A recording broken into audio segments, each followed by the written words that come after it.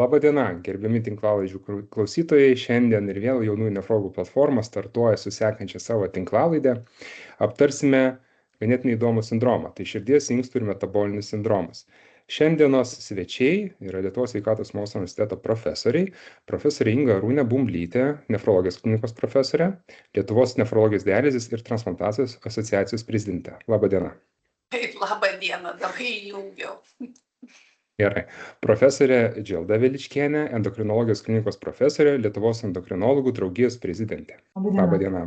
Ir profesorė Gintarė Šakalytė, širdies centro profesorė, Lietuvos kardiologų draugijos arterinės hipertenzijos darbo grupės pirmininkė. Labą dieną.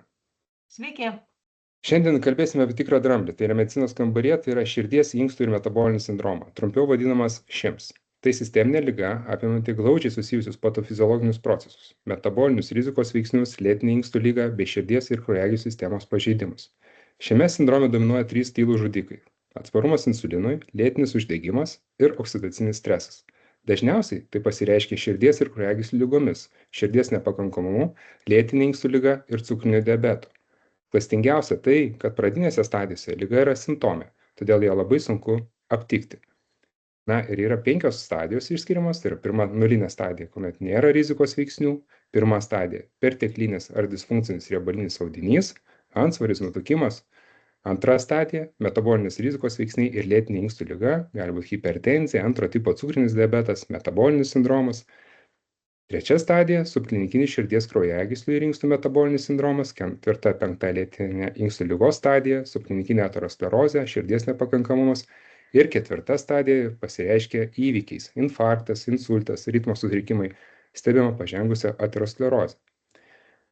Problema yra, ir šitas terminas skamba vis plačiau. 2025 metais lapkričio mėnesį Lietuvos Respublikos Seime vyko konferencija skirta šios ligos žinomumui didinti. Ten pristatyti Lietuvos duomenys, švelniai tariant, stulbinantis. Išanalizavus daugiau nei 920 tūkstančių suaugusių sveikatos įrašų, paaiškėjo, kad 1 iš 6 vyresnių nei 40 metų Lietuvos gyventojų jau turi 4 stadijos šio sindromo. Apie 6% yra diagnozuota lėtinė inkstų liga. Apie 17% serga antro tipo cukrinio diabeto. Na ir šokiruojantis faktas, kad apie 83% potencialiai sergančių lėtinė inkstų liga Lietuvoje yra tiesiog nematomi sistemai. Ankstyvos diagnostikos žymenys, tokie kaip albuminurija, pro-BMP ankstyvose stadijose tyrimi vos iki 10% pacientų. Ir tai ne tik Lietuvos problema. Pasaulio duomenys rodo, kad Kanadoje, Brazilijoje, Australijoje ir Ispanijoje daugiausiai net 90% pacientų turinčių 3 stadijos lėtinį inkstų nepakankamumą neturi oficialios diagnozės. Tyrimo apimtys mažos visur, o įdomiausia tai, kad diagnostikos skaičiai tiesiogiai koreliuoja su inovatyviu medikamentiniu gydymu. Kalbėtume apie SGLT2 inhibitorius arba kitus vaistus. Taigi, šis sindromas lieka nediagnozuotas, nedokumentuota liga, biožyminis tyrimai per retai, o gydymas pradedamas per vėlai. Taip kad grįžtame prie mūsų svečių ir norėčiau iš karto užduoti klausimą. Antsvoris, ar tai yra pagrindinė visų negandų priežastis? Kodėl turėtume nustoti manyti, kad tai tiesiog patogus gyvenimo, perteklinių kalorijų ir mažo fizinio aktyvumo pasekmė? Mes tiesiog giliai esame įsitikinę, kad iš tiesų visos širdies kraujagyslių inkstų metabolinio sindromo pradžia yra būtent perteklinis riebalinis audinys žmogaus organizme. Ir turbūt ne veltui pirma stadija yra išskiriama ir diagnozuojama tada, kai yra net nežymiai padidėjęs liemens, pavyzdžiui, liemens apimtis, kai yra nelabai žymiai padidėjęs kūno masė. Ir reikia suprasti tą, kad jeigu iki neseno laiko mes apie riebalinį audinį galvojam, kad tai yra tiesiog kažkoks neaktyvus perteklinis riebalinis audinys, tai šiuo metu mes kalbame apie tai, kad jis yra kaip dar vienas endokrininis organas, savyje įskiriantis visą eilę hormonų ir taip pat yra atsakingas už lėtinio uždegimo vystymąsi, įvairių uždegimo mediatorių, ypač jeigu tai yra visceraliniuose organuose besikaupiantys riebalai. Ir tai lemia sekantį patologinį procesą, kuris užveda jau po to visus kitus procesus. Ir aš čia kalbu apie atsparumą insulinui, ko pasekoje po to pradeda vystytis dislipidemija, pradeda vystytis padidėjęs arterinis kraujospūdis ir pasileidžia visa kaskada, kurios galutinėse stadijose, kaip žinome, turime tuos didžiuosius kardiovaskulinius įvykius ir dėl ko dažniausiai prarandame šituos žmones. Na, aš gal norėčiau atkreipti dėmesį jau ne į pirmą ar antrą stadiją kardionefrometabolinio sindromo, bet pradėti nuo tos nulinės stadijos, kada dar nėra rizikos veiksnių. Nes iš tiesų mes galime labai anksti pastebėti, kad pradeda didėti kraujo spaudimas.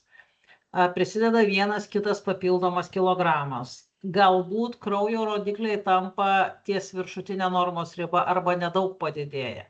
Ir tada jau reikia pradėti galvoti, kad po metų, dešimtmečio ar dar vėliau pacientas turės ne tik tai kardionefrometabolinio sindromo pradžią, bet jau ir pažengusią būklę, kada yra subklinikinė arba klinikinė širdies liga, inkstų liga ir tos komplikacijos, kurios yra grėsmingos. Kodėl noriu tai atkreipti dėmesį? Dėl to, kad visos gairės, kurios, tarkim, kalba apie arterinę hipertenziją, sako, kad nesvarbu, dėl ko ateina pacientas pas gydytoją, net ir, tarkime, sveikatos profilaktiniai patikrai, teisėms ar peršalęs, bet kuriam asmeniui reikėtų matuoti kraujo spaudimą kartą per 3 metus.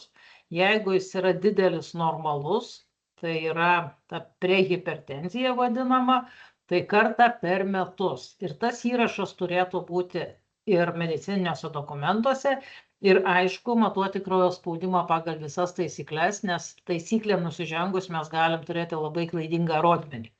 Tai čia galbūt tas patarimas pasižiūrėti į tą nulinę stadiją, kol rizikos veiksnių nėra, bet jie gali greitai būti. Lygiai taip pat yra ir su juosmens apimtimi, su svoriu, su metaboliniais kraujo rodikliais, bet tas yra labai svarbu, kad pastebėti kuo anksčiau tų rizikos veiksnių atsiradimą ir kaip, tarkime, su hipertenzija mes turime prehipertenziją, tai apie prediabetą manau, kad endokrinologai kalba taip pat. Ir inkstų funkcijos net ir blogėjimą, jeigu mes pamatytume labai anksti, tai mūsų sėkmė būtų ženkliai didesnė gydant tokius pacientus arba perspėjant šio sindromo išsivystymą. Aš gal paantrinsiu profesoriai Gintarei ir padėkosiu už tą atkreipimą dėmesį į tą ankstyvą diagnostiką, nes iš tiesų, jeigu žiūrėtume, kokios veikia programos Lietuvoje, tai prevencinė programa širdies kraujagyslių veikia, man atrodo, nuo 45 metų asmenims. Kai rekomenduojama tirti pacientą dėl galimo cukrinio diabeto, taip pat dažniausiai kreipiamas dėmesys būtent į šitą amžiaus grupę. Bet jeigu žiūrėtume tą Amerikos kardiologų draugijos publikaciją, rekomendacijas, kur kalbama apie šitą būtent sindromą, tai ten kalba eina, kad sveikus suaugusius pradėti tirti ir skrininguoti dėl galimų šitų labai ankstyvų pokyčių, kurie leistų po to pacientą tyriamą įdėti, sakykime, ar tai pirmą ar antrą stadiją, tai yra nuo 20 metų. Tai labai ankstyvas tas aktas, kada reikėtų kreipti, ir turbūt žinote pagrindinė ta, kad žmogus dėmesį į savo sveikatą turėtų pradėti kreipti labai ankstyvame amžiuje ir reguliariai ją stebėti, kad laiku būtų, sakykime, diagnozuotos tos būklės, kurios dar gali būti grįžtamos ir tada, sakykime, priemonės taikomos tos, kurios leistų užkirsti kelią būklių progresavimui.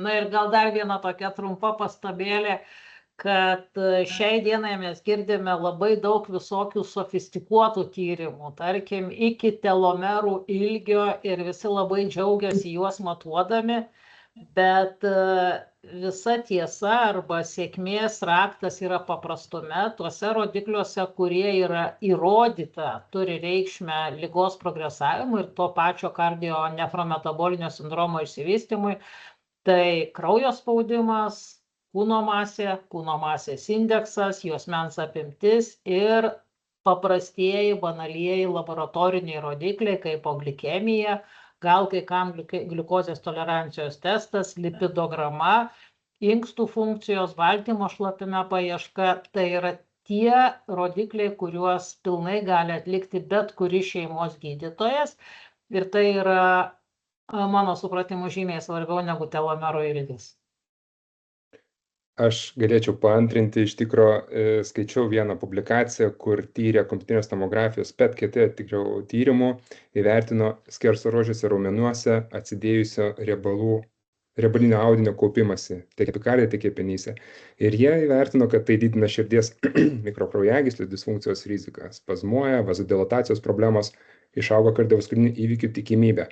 Tai tikriausiai ir būtų, kad toj nuliniai stadijai, kuomet pacientas dar neturi rizikos veiksnių, bet priauga 1-2 kilogramą, tas riebalinis audinys atsideda ne tik tai ne išoriai, bet ir visceraliniuose audiniuose, raumenyse ir tas irgi blogina tų organų veiklą. Profesorė Inga?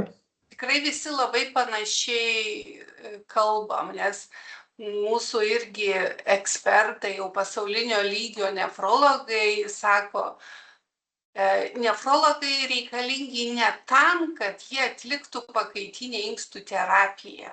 Mes ne tam jam turim mokėti pinigus už pakaitinę inkstų terapiją. Mes jam norim mokėti algas ir jie reikalingi tam, kad išlaikytų inkstų sveikatą, neleistų jiems susirgti. Va tai, ką abi profesorės sakė, kad turim dar anksčiau, netgi jau kai yra akivaizdi hipertenzija, akivaizdus diabetas, akivaizdus nutukimas, jau yra per vėlai. Turim viską pagauti anksčiau ir pritariu paprastais senobiniais, galbūt patobulintais metodais, bet ne pagal telomerus. Puiku. Tuomet keliaujam prie sekančio klausimo. Antra stadija. Jau čia pasireiškia hipertenzija, pasireiškia cukrinis diabetas, lėtinė inkstų liga. Bet mes žinome, kad ir tai yra sudėtinga ganėtinai pagauti, nes hipertenzija dažniausiai pacientas nejaučia, prie jos pripranta. Cukrinis diabetas antro tipo gali būti pagautas irgi šiek tiek vėliau, o lėtinė inkstų liga antros stadijos žmogus irgi jos nejaučia. Kaip čia? Ar čia yra neurohumoralinės adaptacijos mechanizmai įsijungia į šitą ašį? Aš galvoju, kad antra stadija jau yra savotiškas pralaimėjimas, kad jau atėjom iš pirmos stadijos į antrą stadiją. Nes priminsiu, pirmoje stadijoje mes turim prediabetą, tai reiškia labai minimalų glikemijos padidėjimą. Galim turėti nėščiųjų diabetą arba gestacinį diabetą kažkada praeityje, galim turėti padidėjusi tą, kaip minėjom, kad ir labai nežymiai, tai ar tai būtų antsvoris ar nežymus pilvinis nutukimas.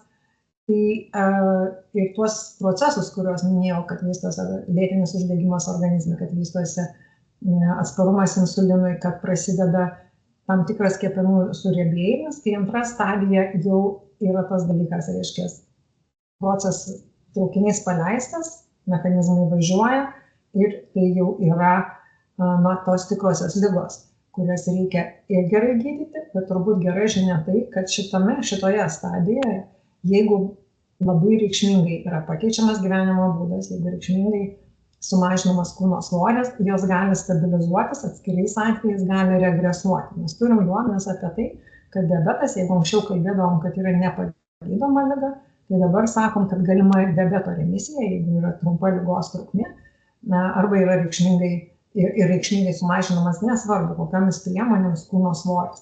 Ta patį turbūt gali patvirtinti ir kardiologai, kad atskirais atvejais ankstyvose arterinės hipertenzijos stadijose, jeigu reikšmingai sumažinamas kūno svoris, gali regresuoti pakitimai ir tas pats turbūt yra ir su nefrologais, nes yra duomenys, bent jau iš bariatrinės chirurgijos, tai reiškia, kad irgi reikšmingas kūno svorio sumažėjimas gali prisidėti. Bet vėl, turbūt mes kalbam, ir Andrėjaus klausimas buvo tame, kaip nepražiūrėti ir šitų stadijų, kaip jas anksti diagnozuoti ir skirti visą reikiamą pagalbą.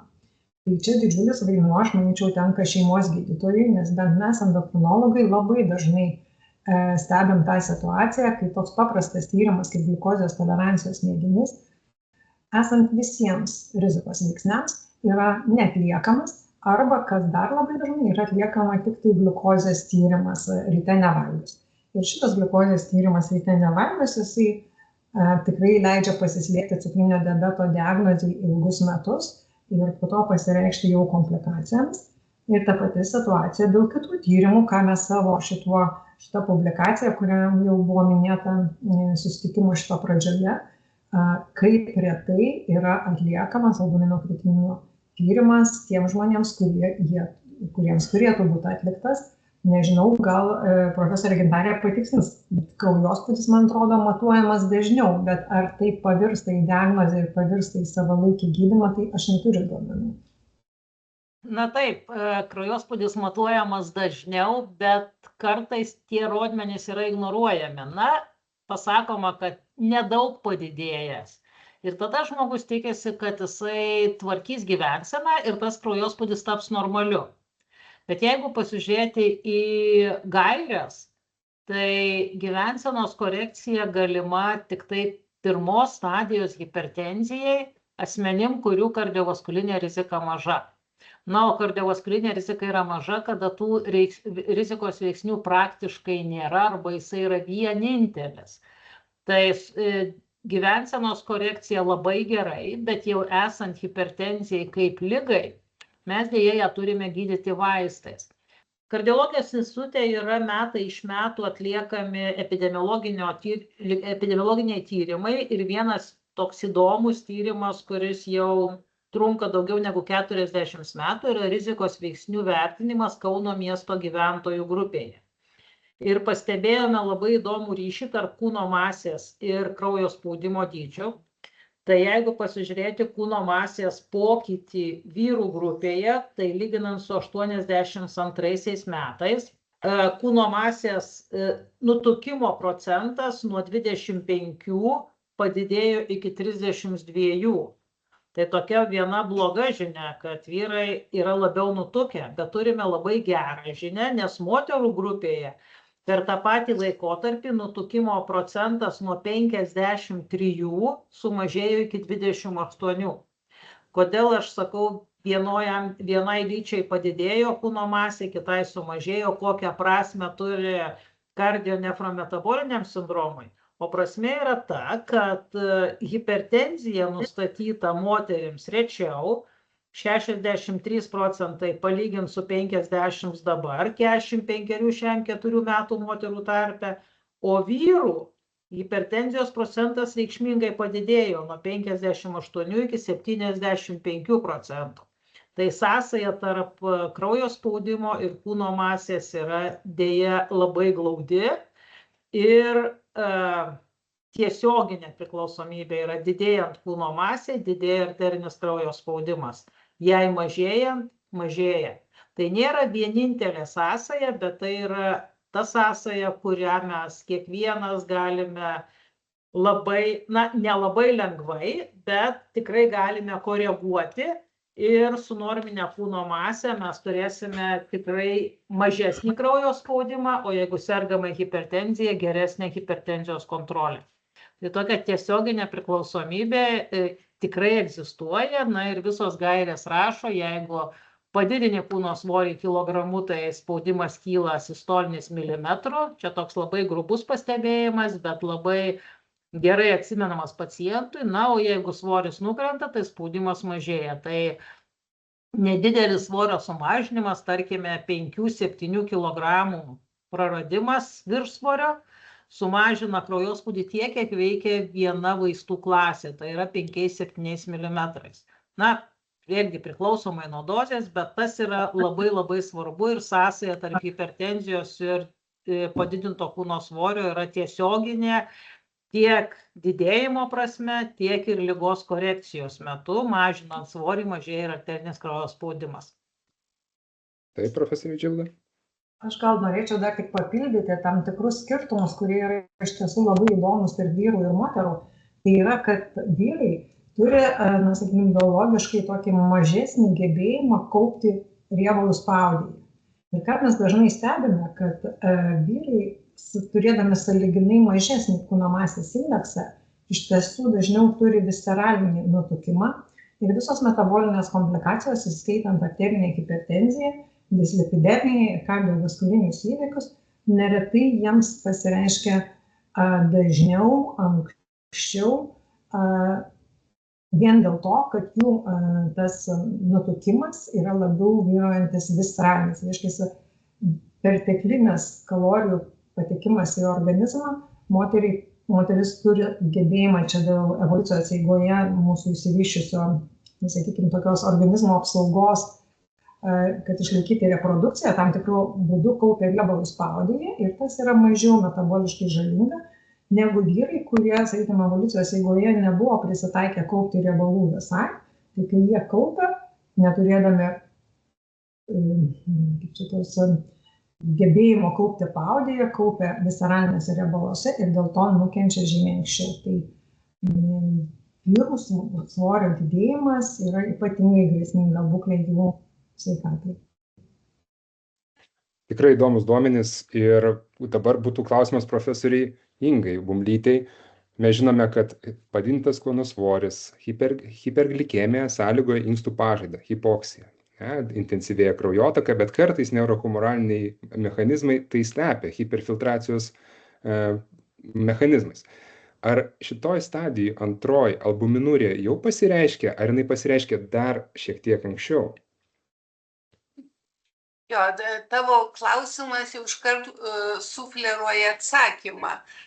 Jo, tai iš tikrųjų taip, jeigu taip pažiūrėt, kokie raktiniai žodžiai yra inkstų pažeidimo mechanizme, kurį sukelia nutukimas, tai kaip ir sakei, raktiniai žodžiai yra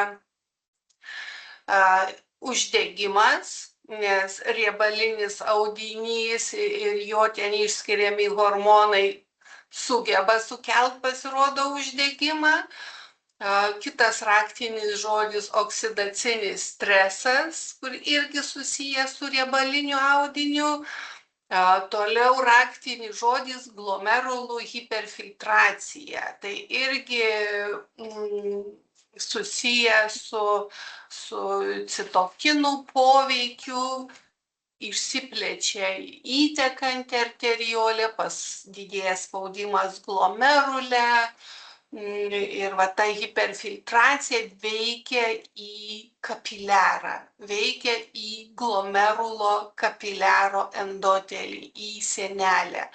Ir va tas veikimas laikui bėgant, pradžiai mechaniškai, paskui vėliau struktūriškai pažeidžia inkstų glomerulus ir kitas struktūras. Ir pirmasis požymis yra nekretininas. Va čia yra svarbiausia žinutė, mes ją ištisai kalbam ir mūsų tai profesorės tai tą tikrai gerai žino. Serumo kretininas, jis žymiai vėliau padidėja, žymiai vėliau. Bet dauguma gydytojų, ypač šeimos gydytojai, jie padaro kraujo tyrimus, tame tarpe jie džiaugiasi, kad jie padaro ir serumo kretininą ir jeigu jis geras, viskas, ramu, atseit inkstai sveiki. Va čia yra didžiausia klaida. Serumo kretininas padidėja jau kai yra dideli struktūriniai pokyčiai, o mes norim pradžios, mes norim užkirst kelią arba pagauti ligą pradžioj. Tai tam reikia tirt paprasčiausiai šlapimą. Tik vėlgi, reikia atsiminti, kad atsirado naujų šlapimo tyrimų. Mes įpratę naudot praktikoje tą rutininį, kasdieninį, juosteliniu analizatorium tyriamą šlapimo tyrimą. Jis gerai, bet jis nėra jautrus. Jisai pagaus baltymą, kai jo jau bus labai daug. O mums reikia anksčiau. Jeigu norim anksčiau, mes turim tada užsakyti šitą naują, nors jis nėra jau naujas, bet sakykim naują tyrimą. Albumino kretinino santykis vienkartiniam šlapime. Tas yra labai patogu, vienkartiniam, nereikia rinkti paros šlapimo. Ir radus, kad ir mažiausia albuminurija virš normos, keliuose tyrimuose, jau mums ateina informacija, kad yra glomerulų kapiliarų pažeidimas. Bet kas įdomiausiai, tai rodo, atspindi ne tik inkstų kapiliarų pažeidimą, bet sisteminį visų širdies, kraujagyslių, endotelio, beprasidedantį pažeidimą, padidėjusį pralaidumą. Vienu žodžiu, labai paprastu, neskausmingu, nebrangiu tyrimu mes galim spręsti apie to žmogaus kraujagyslės. Tai kodėl nepasinaudojus tokia paprasta galimybė? Tikrai taip, albino-kreatino santykis yra tarsi veidrodis endotelio viso kūno. Na, o keliaujant per tolimesnės stadijas, tai jau 3., 4. stadija, kuomet jau pasireiškia kliniškai tas širdies inkstų metabolinis sindromas, tai yra hipertenzija, kardiovaskuliniai įvykiai, jau pažengęs inkstų funkcijos nepakankamumas. Na, nežinau, dažniausiai aš kai gydytojas ir kai pas mane pakliūna pacientas, visą laiką sako, jisgi buvo sveikas žmogus ir jis dabar ligoniniai susirgo visom įmanomom ligom. Kaip jūs galėtumėt paaiškinti šitą faktą? Čia labai sudėtinga, man atrodo, taip jau kaip iš klinicisto pusės. Na, čia, kaip jūs sakot, ir labai sudėtinga, ir labai paprasta, nes kada tu nežinai, kad yra įvairūs dalykai, kurie įtakoja tavo sveikatą, tu juos nereaguoji. Na, neretai antsvoris ar nutukimas yra estetinė problema. Ir tai yra dažniausiai manoma, kad tai yra estetinė problema. Ir tikrai labai mažai kas galvoja, kad nutukimas yra liga. Iš kitos pusės arterinis kraujo spaudimas, padidėjęs arterinis kraujo spaudimas, arterinė hipertenzija, vėlgi kartais yra numojama ranka ir sakoma, mano spaudimas yra toks. Nėra tokio spaudimo. Nėra spaudimo susijusio su metais ar lytimi. Taip, prieš 20-30 metų buvo nuostata, kad geras arba normalus sistolinis spaudimas tai yra 100+ amžius. Bet tai jau yra paneigta keliasdešimt kartų įvairių tyrimų duomenimis. Ir normos yra ir 18-mečiui, ir 50-mečiui, ir 70 metų asmeniui labai artimos. Na, nebent 70-metis ar 80-metis yra labai ligotas, tada mes nesiekiam tų optimalių spaudimo ribų ir paliekame kiek didesnį sistolinį kraujo spaudimą gydant. Bet nėra asmens spaudimo, kad didesnis spaudimas yra jo norma, tai čia yra dar vienas blogas įsitikinimas ir blogas mitas, kuris yra ignoruojamas ir tada, kada mes paguldome ligonį į stacionarą, tarkime, pirmas simptomas neretai būna miokardo infarktas, deja, arba, manau, kad Inga pasakys, ir inkstų funkcijos ženklus pablogėjimas arba inkstų funkcijos sutrikimas, tai lėtinė inkstų liga, tai tada žmogus tarsi sako, na, aš buvau sveikas. Tai ne visada simptomai rodo ligos sunkumą, nes hipertenzija irgi yra ta liga, kuri deja nesukelia didesnių simptomų, nes tarkime į sumažėjusi darbingumą, į galvos skausmą, į dusulį fizinio krūvio metu retai nekreipiama dėmesio. Ir galvojama, kad tai yra amžius, kad tai yra nuovargis, kad tai yra sudėtingas darbinis etapas. Ir niekas nepasimatuoja spaudimo ir nemato, kad tas spaudimas yra 150, 160 ar net 180 sistolinio spaudimo dydis.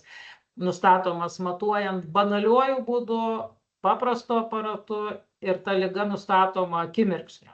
Aišku, ilgiau trunka nustatyti organų taikinių pažeidą, bet hipertenzijos diagnostika yra pirminė diagnostika arba ligos įtarimas yra labai paprastas. Tai yra paprastas kraujo spaudimo pamatavimas, aišku, laikantis taisyklių, kurios yra vėlgi visiems aiškios, bet ne visada jas atkreipiamas dėmesys. Tikrai taip. Ir kartais netgi būna, kad pacientai sako, man 200 spaudimas ir jis didžiuojasi tuo. Profesorė Inga tikriausiai neduos sumeluoti, ypač su mūsų lėtine inkstų liga sergančiais pacientais gal.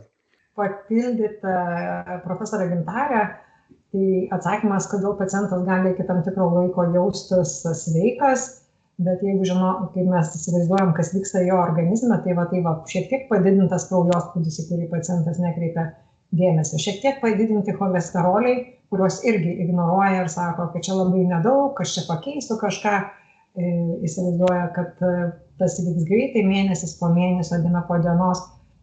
praeina ir metai, šiek tiek padidėjęs gliukozės kiekis, šiek tiek stebimas albumino kreatinino santykis šlapime. Ir visa tai vyksta kiekvieną sekundę. Ir tas, kaip mano senelis sakydavo, gyveni ir gyvenimas tau pateikia balansą.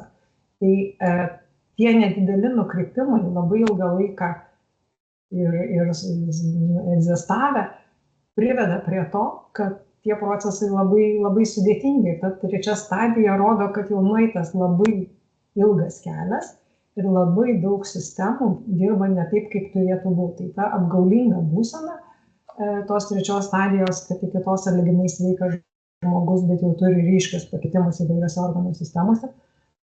Labai rimtas signalas, kad mes kaip medikai turim kuo galima plačiau šnekėti tiek visuomeniai, tiek kitiems savo kolegoms apie tas ankstyvas šitų būklių diagnostikas ir priemonės veikti, ne tik diagnozuoti, bet ir daryti žingsnius, kad jos būtų koreguojamos.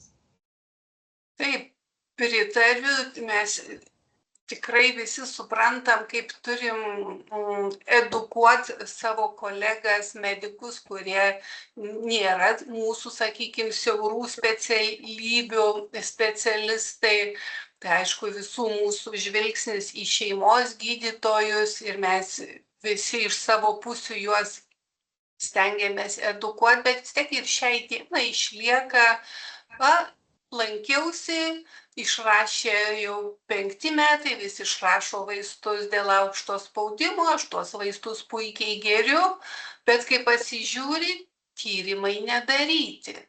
Aišku, aš žiūriu kaip nefrologė, ar darytas ten kretininas ar šlapimo, tai dar kretininą dar gali rasti, bet šlapimo tyrimo dažniausiai nerasi, nes žmogus normaliai šlapinasi, neturi nusiskundimų. Tai čia yra medikų raštingumo bėdos ar edukacijos, o iš principo turbūt, jeigu dabar kiekvienas žmogus turim turėti kompiuterinį raštingumą, ekonominį raštingumą, vadinasi, mes kiekvienas, nesvarbu, ar tu esi gydytojas, ar mokytojas, ar inžinierius, ar žemės ūkio darbuotojas, tau reikia turėti sveikatos raštingumą. Tai vat į tą pusę, ir juda, kad kelt visapusiškai tą raštingumą sveikatos. Mes labai grėsmingai kalbam apie 2., 3 stadiją ir grėsmę komplikacijom, bet aš turiu tokią vieną žinią, kuri galėtų būti tam tikras vilties spindulys, kad net ir 2. ar 3. stadijoje, esant kardionefrometaboliniam sindromui, yra galimybių tą ligą stabdyti arba net grąžinti atgal. Nes tiek gyvensenos pokyčiai, tiek gydymas vaistais šiai dienai turi labai stiprius įrodymus, kad liga yra stabdoma arba netgi žingsneliu grąžinama atgal.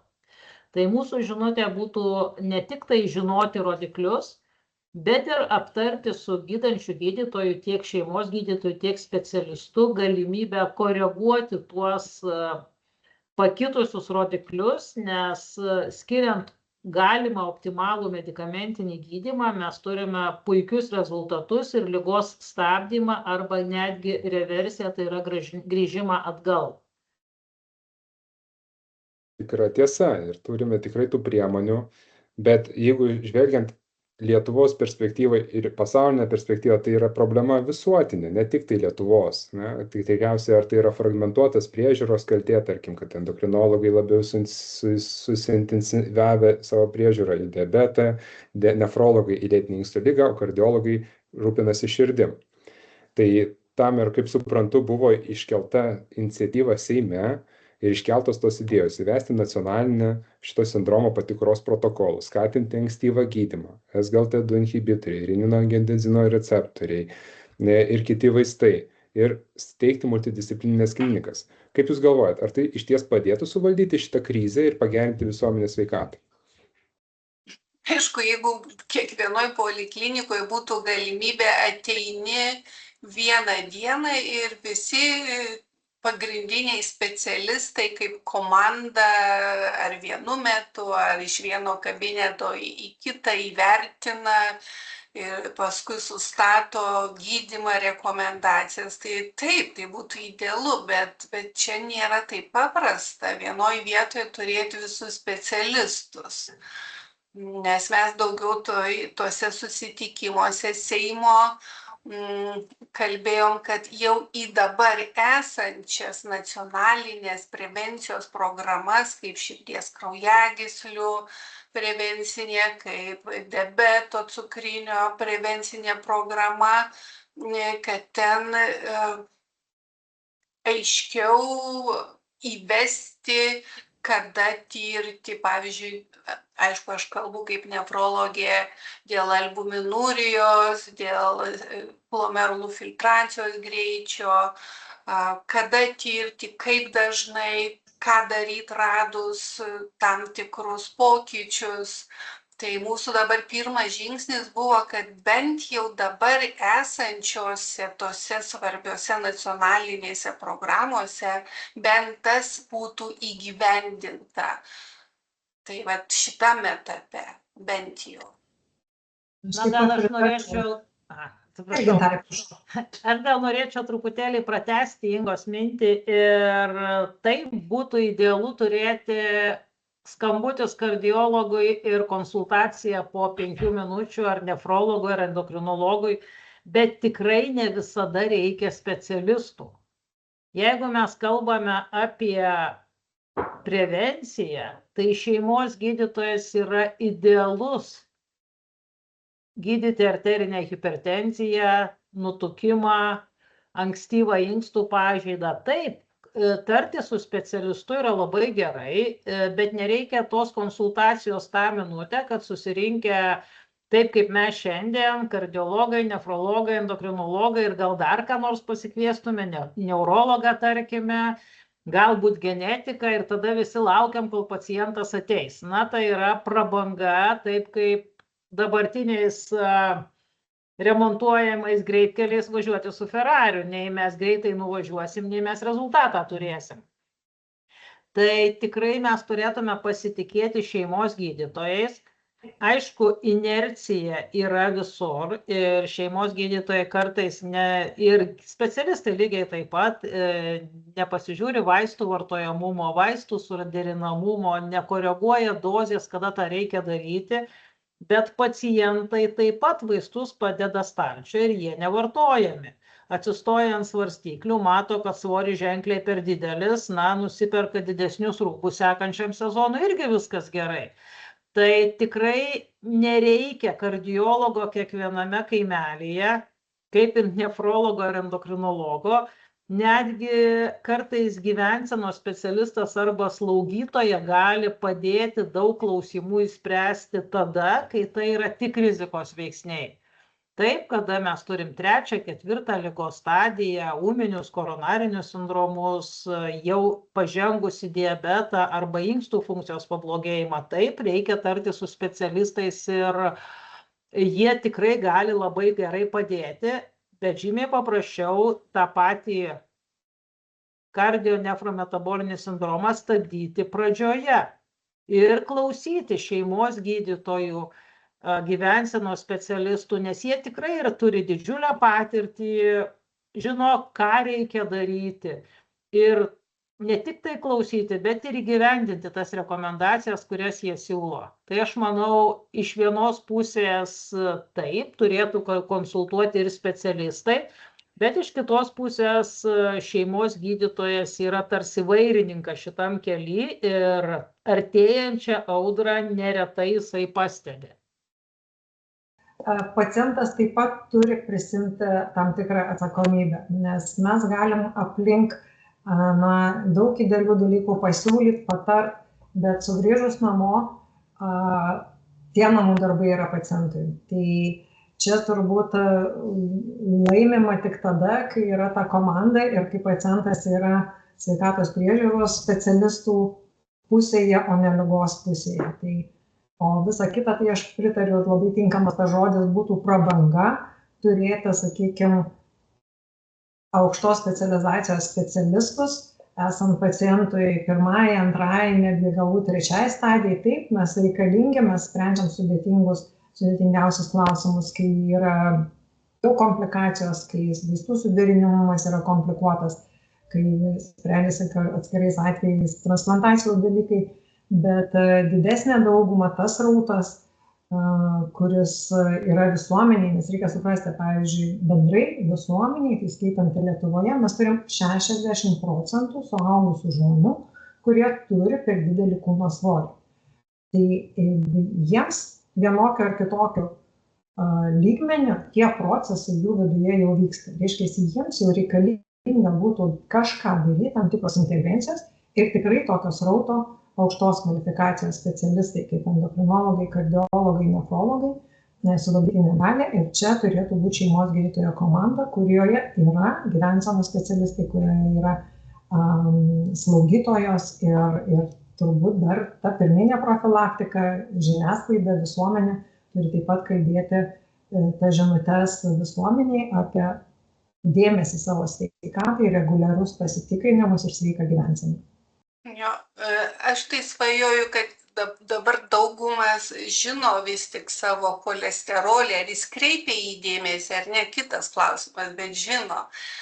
Dauguma vis tik žino savo kraujo spaudimą, man atrodo, dauguma žino, ar cukrus padidėjęs ar ne, tai mano svajonė, kad į šitą ratą žinojimo įeitų ir sakytų, mano, kretininas toks, o mano šlapimas be baltymo. Tai bent, kad tas ateitų žinojimas ir norėjimas žinoti. O aišku, kaip Gintarė sakė, neužtenka vien pasakyti, kad žinau, čia svarbu, kaip tu tą interpretuoji, kaip tu reaguoji, bet sakykim, tai tegu būna sekantis tada etapas, bet dabar mūsų žodžių kretininas, baltymas šlapime turbūt nėra žmogaus kalboje arba labai retai jinai būna jų kalboje. Tai netikėtai mūsų šitoj diskusijoj kilo toks įdomus dalykas, paradoksas, kad realiai svorio matavimas, kraujo spaudimo matavimas ir pas šeimos gydytoją atlikti albumino kreatinino santykį jau leidžia diagnozuoti arba nustatyti, kad jūs turite rizikos veiksnių ir tuomet šeimos gydytojas savo kompetenciją gali nukreipti, tarkim, pas mitybos specialistą, gyvensenos specialistą, koreguoti tos rizikos veiksnius. Realiai yra labai paprasta. Ir visi mes esame išmanūs žmonės, jums tikrai pastebite gatve einant, kad daug žmonių turi tos išmaniosius laikrodžius. Ir ten reikia tikrai susivesti tam tikrus parametrus, savo ūgį, svorį.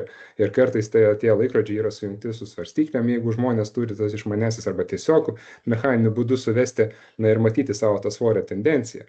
Ir jau galbūt žmogus galės pagalvoti, man auga svoris, kažkas negerai. Ir jisai gali kreiptis pas šeimos gydytoją.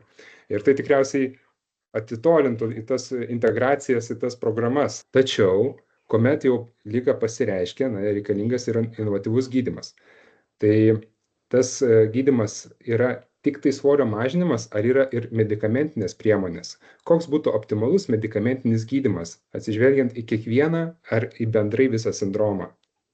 Į kiekvieną atskirai organą, ar į visą reikia sindromą žiūrėti iš tos perspektyvos? Tai kalbant apie gydymą vaistais, iš tiesų galimybės yra didžiulės ir mums kardiologams yra tikrai labai smagu, nes mes galime vaistų deriniais 90–95% žmonių pasiekti tikslinį kraujo spaudimą.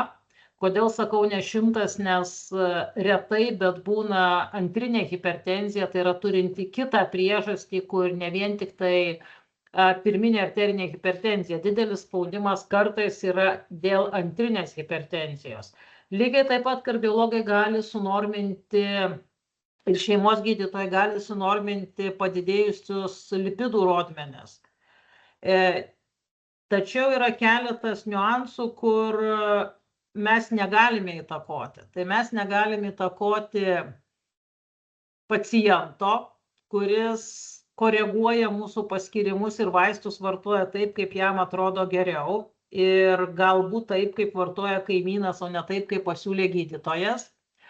Kitas labai svarbus dalykas tai, kad ir gydytojų tarpe yra tam tikra inercija, tai yra vaisto pratęsimas, ignoruojant nedidelius pokyčius. Tarkime, sumažinamas spaudimas, bet nepasiekiamas tikslas. Sumažinami lipidų rodikliai, bet nepasiekiamas tikslas. Lygiai taip pat ir glikemija sumažinama, bet nepasiekiami tiksliniai rodmenys. Tai šioje vietoje ta inercija yra gaji ir mes tikrai kaip universiteto dėstytojai visada kalbame kolegoms, šeimos gydytojams ir kitiems specialistams, kad svarbu geras teisingas vaisto paskirimas, užtikrinamas vartojamumo ir efekto vertinimas, tai yra tai, kad pasiekti tam tikri rodikliai. Tai tabletėmis galima sumažinti spaudimą, cholesterolį, cukraus kiekį, bet svorį pacientas turi įdėti pastangų labiau ir daugiau negu tik išgerti tabletę. Taip, galima sakyti, kad yra vaistai, kurie leidžiami ir jie taip pat mažina svorį, bet pirmiausia, reikia išbandyti tuos paprastus dalykus pasakyti ir labai sunkius padaryti, tai yra valgyti mažiau, valgyti sveikiau ir bent šiek tiek sportuoti, nes televizoriaus pultelis nėra sporto klubo inventorius ir su tuo mes nieko nepadarysime, o bet koks judesys, net ir pasivaikščiojimas jau yra pliusas ir tai yra mažas žingsnelis link sveikatos. Papildyti, kad iš tiesų šiai dienai labai svarbu tą, kas buvo paminėta profesorės Gintarės, kad paciento atsakomybė, sveika gyvensena ir pirmiausia žinojimas, palaikymo komanda, bet taip pat mes galime šiai dienai jau turime visą eilę naujų medikamentų, kurie turi poveikius į visą eilę šito sindromo, apie kurį mes šiandien šnekame, grandžių ir gali labai naudingai prisidėti, koreguojant įvairias šitas grandis. Tai aš kalbu apie dvi vaistų klases, tai yra SGLT2 inhibitorius ir inkretinus, tai kalbėčiau GLP-1 receptorius agonistus arba kartu su GIP-u. Tai šitos vaistų klasės iš tiesų gali koreguoti, kaip sakau, šauti vienu šūviu 2, o kartais ir 3 zuikius. Tai manau, kad mes visi puikiai žinome, sakykime, kokie tai yra tie zuikiai. Tai kalbam apie SGLT2 inhibitorius, kurie buvo atrasti kaip vaistai cukrinio diabeto gydymui ir po to paaiškėjo, kad jie turi poveikį mažinant lėtinės inkstų ligos, albuminurijos progresavimą, lėtinės inkstų ligos progresavimą, mažinant širdies nepakankamumo riziką. Tai šitie poveikiais į šitas grandis yra labai svarbus, pradedant pacientams nuo antros stadijos, sakykime, ir sumažinant tų galutinių stadijų riziką. O kalbant apie inkretinų klasės atstovus, tai jie ne tik svarbus mažinant kūno svorį, kas yra pagrindinis, kaip mes šiandien išsiaiškinom, vedantysis veiksnys ir pati pradžia šito sindromo, bet taip pat turi ir antiuždegiminį poveikį, kuris taip pat prisideda prie didžiųjų kardiovaskulinių įvykių rizikos mažėjimo. Dabar, kadangi irgi nesenai iš to Europinio nefrologų kongreso sugrįžau, tai ten buvo daug sesijų skirtų būtent šitam sindromui. Ir buvo labai įdomių pranešimų dėl mitybos, būtent akcentuojant, ant kiek yra mūsų organizmui žalingi tie super perdirbti produktai, kaip jos įvardijo lektorė, sako, tai nėra maistas, tai yra chemija. Pramonė paėmė ir sudėjo, sumaišė ir įdėjo tokių medžiagų, kad jos jūs dar užburtų, pritrauktų ir jūs valgot. Tai ten labai aiškino, kaip ant kiek yra pavojingas ir negeras šitas super perdirbtas maistas, nes jis duoda tau daug energijos, tu gauni daug kalorijų labai staigiai ir tau nuo mažesnio kiekio tu tartum mažai valgai, bet tu gauni daug kalorijų ir tavo svoris į viršų. Tai vat apie šitą labai daug kalbėjo ir paskui buvo dėl fizinio aktyvumo. Mes skambėjo abiejų profesorių kalboje, kad fizinis aktyvumas yra labai reikalingas, labai svarbus, bet pasirodo, kalbant apie fizinį aktyvumą, vėl yra mokslininkų grupė, kuri rodo savo duomenis, kad fizinis aktyvumas, pavyzdžiui, einam ir darom ten 10 000 žingsnelių. Gerai, okei. Ar ten dviračių važiuojam. Gerai, fizinis aktyvumas, bet pasirodo, jeigu norim didesnio efekto, tai turi būti sudaryta speciali programa. Nu, sakykime, ten kažkiek sekundžių eini, kažkiek sekundžių atsisėdi, vėl kažkiek sekundžių ten gal kiloji koja, vėl kažkiek sekundžių atsisėdi. Ir tai sudaryta griežta programa pagal sekundės ar minutės. Ir atseit, jeigu tu laikaisi tokiu būdu, laikaisi tos fizinio aktyvumo programos, tai yra daug efektyviau, negu kad tu ten nueitum savo ritmu daug tų kilometrų. Tai yra tokių duomenų, tikėt, netikėt, čia jau matysim, bet yra mokslininkai, kurie įrodinėja naudą būtent tokių griežtų fizinių pratimų sudarytų programų. Na, pratęsiant Ingos mintį apie labai nesveiką arba perdirbtą maistą, tai norėčiau taip dėmesį į vieną momentą, kuris yra labai dažnas kalbant su pacientu. Nes kada parašai vaistus, tablečių yra 4-5, kartais net ir 6. Pacientas sako, ne, man čia bus labai blogai, man pažeis kepenis ir inkstus, nepaisant to, kad tai yra vaistai apsaugantis inkstus, kepenis ir kraujagyslės ir bendrus metabolinius rodiklius gerinantis. Tai norėčiau pasakyti, kad visi vaistai yra tiek ištirti, kad jų saugumas yra garantuojamas, įrodytas ir nepageidavimų reakcijų procentas yra labai labai mažas. Bet kažkodėl tai žmonės tiki stebuklingą papildų galia. Ir aš labai dažnai sakau, kad papildai tai yra vaistai, kurie dėja nepraėjo vaistų klinikinių tyrimų. Gal dėl savo poveikio, kuris yra per didelis nepageidavimas, o gal dėl to, kad paprasčiausiai tai nebuvo atlikta.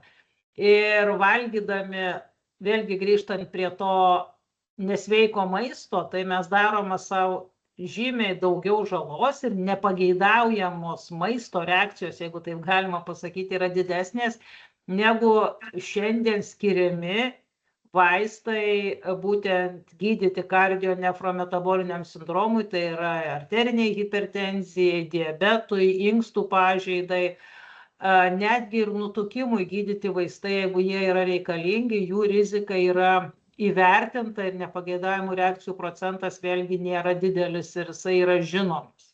Žmonės linkia tikėti mitais, gydytis įvairiom žolelėm ir papildais. Mes tikrai su profesorė Inga Bumblytė ne vieną matėm, kuris mažina svorį su iš Indijos atvežtais kokiais nors kapsulėm, piliulėm ar dar kažko. Bet vis tiek daug vaistų reikia pacientui vartoti ir tas vaistų vartojimas, dažniausiai taip angliškas toks yra non-adherence, pacientas nenori vartoti. Jūs išrašote vaistą, jis sako, aš jau ir taip turiu 3, dar 4 dasidai, arba ten dar daugiau.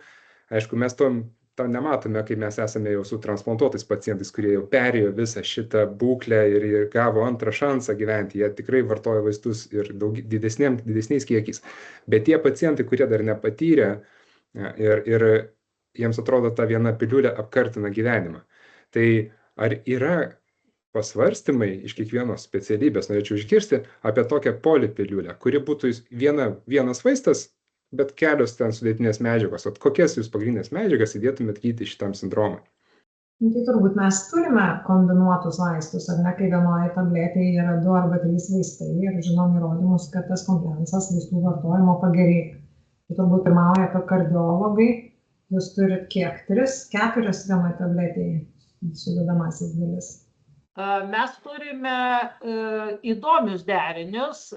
Viena tai yra fiksuoti vaistų deriniai, kada yra 2 arba 3 vaistai vienai problemai spręsti, tarkim, gydyti arteriniai hipertenzijai. Taip pat yra ir politablečių, kai vienoje tabletėje yra 2 problemas, tarkime, sprendžiantys vaistai, gydantis padidėjusį lipidų kiekį, tai yra dislipidemiją ir arterinį kraujo spaudimą. Bet mes labai mėgstame ir pasiskolinti iš kitų specialybių, kaip jau minėjo Džilda, vaistai atrasti diabetui, antro tipo diabetui gydyti, SGLT2 inhibitoriai. Jie taip pat mažina šiek tiek kraujo spaudimą, bet labai efektyviai stabdo širdies nepakankamumo vystymąsi ir yra vienas iš 4 privalomų vaistų klasių gydyti širdies nepakankamumui. Na, ta pati vaistų klasė, manau, kad paantrins profesorė Inga, apsaugo inkstus nuo inkstų funkcijos blogėjimo, tai yra nuo inkstų funkcijos nepakankamumo, ar jie stabdo jos progresavimą. Tai tų vaistų yra. Galimos įvairios kombinacijos. Aišku, gydytojai sumažins tablečių kiekį paskirdami fiksuotus vaistų derinius, bet tikrai nėra vienos stebuklingos tabletės tinkančios visiems. Gydantis gydytojas, tiek šeimos gydytojas, tiek specialistas, geriausiai vertins paciento būklę ir paskirs geriausią tuo metu galimą gydymą. Bet tablečių skaičiaus sumažinimas taip pat yra svarbu, dėl to tiek fiksuoti deriniai, tiek politabletės yra vartojamos ir tai ir supaprastina gydymo režimą, gerina vaistų vartojamumą. Tik tai nereikėtų galvoti, kad metai iš metų ta pati tabletė galbūt taip pat efektyviai veikia. Reikia vertinti ir vaisto poveikį. Tai yra ar pasiektas tikslinis kraujospūdis, ar pasiektas tikslinis glikuotas hemoglobinas ir glikemijos rodikliai geri, ar inkstų funkcija yra apsaugota, ar lipidai yra tose normose, kurių mes norime, nes vienokie skaičiai turėtų būti tam, kuris tik turi didelę riziką, kitokie, kurių rizika yra labai didelė, ir kitokie skaičiai, tarkime, mažo tankio lipoproteinų cholesterolio yra tiems, kurie persirgo infarktu arba yra implantuotas stentas arba operuotos kraujagyslės. Tai tie skirtingi rodikliai rodo tai, kad gydytojo sprendimas yra labai svarbus ir pacientui visus rūpimus klausimus geriausiai atsakys gydantis gydytojas ir gydytojas specialistas. Dabar šiai dienai, aš galvoju, jeigu taip iš inkstų pusės, tai turbūt vardijami ko gero 5 ar net 6 grupių vaistai, kurie turi ir inkstus apsaugant, ir širdį, ir taip toliau, ir taip toliau. Turbūt visam šitam sindromui, kuris, kaip matom, visus tas 3 sistemas, kaip užburtas ratas, sukas nuo vienos prie kitos ir sujungia, taip ir tie vaistai. Tai mane papildysit, jeigu praleisiu. Tai mūsų senai žinomi ir vartojami AKF inhibitoriai ir angiotenzino receptorių blokatoriai. Tada atsiradę bet jau aš galvoju, kiek čia metų, kaip atsiradę SGL2, tada GLP-1, tada nesteroidiniai mineralkortikoidų receptorių antagonistai, tada aldosterono sintetazės inhibitoriai, endotelino inhibitoriai ir antagonistai.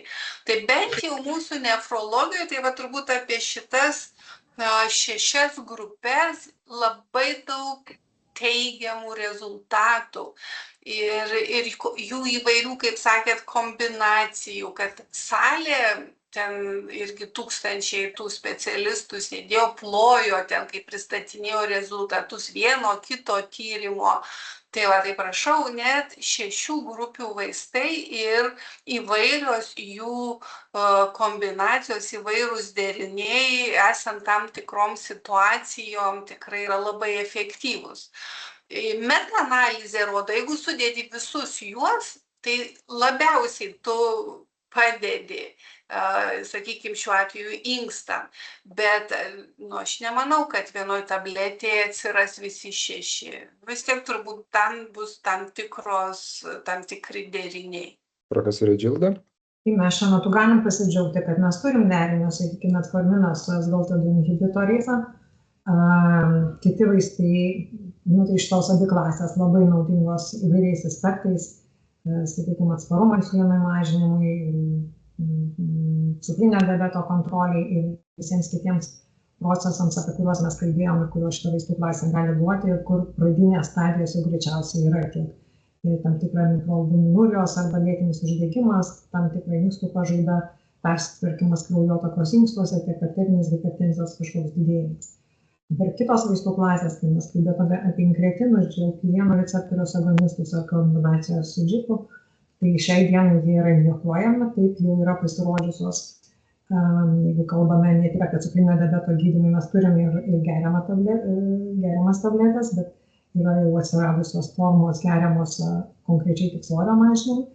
Tai kombinacija šitų, sakykime, 3 vaistų, metforminas, SGLT2 inhibitorių, inkretino, galbūt galėtų būti daliai pacientų labai patrauklus dalykas, labai naudingas ir vienu šūviu šaunant daug zuikių ir veikiant į visus mechanizmus, bet šiai dienai tai yra skirtingi vartojimo būdai. Ir vėl aš grįžtu prie to paties, kad pacientas turi kažką padaryti dėl savo sveikatos pats ir prisimti atsakomybę. Tikrai taip, ir kaip aš mėgstu pasakyti, nieko nemokamo nėra. Jeigu kažką nori padaryti, turi susimokėti. Ir apibendrinant mūsų visą šitą pokalbį, viskas prasideda nuo svorio ir viskas gali baigti svoriu, ne? Kad galbūt mes visų tablečių negalim nuimti pacientui, jūs bus reikalingos, nes jis patirs arba kažkokius kardiovaskulinius įvykius, arba bus labai daug rizikos veiksnių, bet jis bent jų skaičių gali susimažinti. Tai nuoširdžiausiai dėkoju už įdomias nuomonės ir požiūrį šią sudėtingą daugiadalykę problemą. Jūsų įžvalgos buvo neįkainomas ir padeda mums visiems pamatyti tikrai šio dramblio kambaryje mastą. Ir pabaigai norėčiau paprašyti tokio paprasto, prasmingo palinkėjimo arba patarimo perduoti jaunai kartai, jauniesiams specialistams, kurie susidurs ateityje su šito sindromu arba šito sindromo epidemija. Ką jūs galėtumėt palinkėti? Aš manau, kad tiek kolegom, tiek jauniem kolegom, tiek pacientam didžiausias palinkėjimas būtų bendradarbiaukite. Tai yra kalbėkitės apie problemas, tiek sveikatos, tiek apie pacientų neišsprendžiamas problemas, tarkitės. Na ir pacientai taip pat turėtų kalbėtis tiek su gydytoju, tiek su slaugytojom, tai yra bendradarbiavimas ir bendravimas tarpusavyje. Ir mokymasis vieniems iš kitų. Reikia žiūrėti į žmogų kaip į visumą, tas holistinis požiūris, turim. Labai negerai, kai mes pereinam į tą tokią kalbą, oi, čia ne inkstai kalti, oi, čia ne tas kaltas. Žmogus visus organus turi ir reikia žiūrėti į jį kaip į visumą. Tai turbūt toks pagrindinis mano palinkėjimas. Aš prisidėdama prie abiejų profesorių sakytų minčių, kurios taip pat buvo ir aš apie tai norėjau kalbėti, tai gal kitą, ką norėčiau palinkėti, aš norėčiau palinkėti mūsų kolegoms, jauniesiams specialistams, skirti pirmiausia dėmesio savo patiems, atkreipti dėmesį į savo sveikatą, ne tik rūpintis pacientais, bet taip pat subalansuoti darbo poilsio režimą, reguliariai tikrintis tam, kad, jeigu kalbam apie šitą sindromą, toj nulinėje stadijoje, kai esame visiškai sveiki, būtume kiek galima ilgiau ir nekeliautume tuo keliu, kuris veda visai blogas išeitis. Tai ačiū už dėmesį. Tai ačiū jums visiems už laiką, žinias ir tariu tuomet iki pasimatymo kitose laidose. Dėkoju.